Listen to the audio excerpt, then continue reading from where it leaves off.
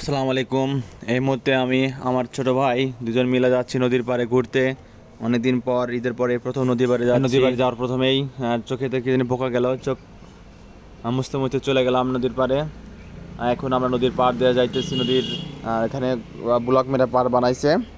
এখানে নদী যেহেতু না ভাঙে সেই কারণে ব্লক দিয়ে পাড় বানাইছে।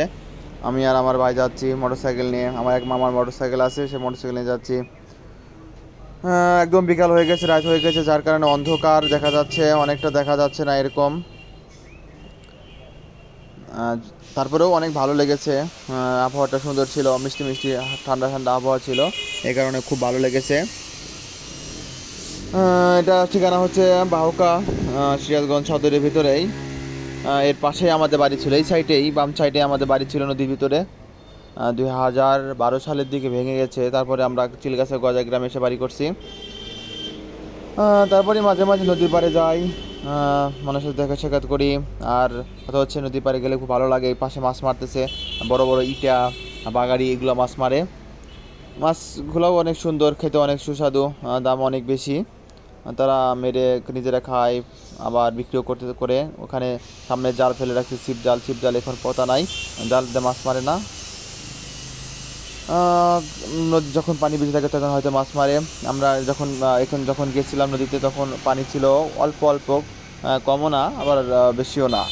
তবে কিছুদিন পরে পানি একদম নদী ভরা যখন চলে আসবে, খুব সুন্দর, তখন আরও খুব সুন্দর লাগবে। এখান দিয়ে আমরা যেখান দিয়ে গাড়ি নিয়ে গেলাম সেখান দিয়ে আসলে পানি থাকে, ওখানে পানি যখন বন্যা হয় তখন ওখান দিয়ে আসলে মোটরসাইকেল বা অন্য কোনো গাড়ি নিয়ে যাওয়া সম্ভব হয় না।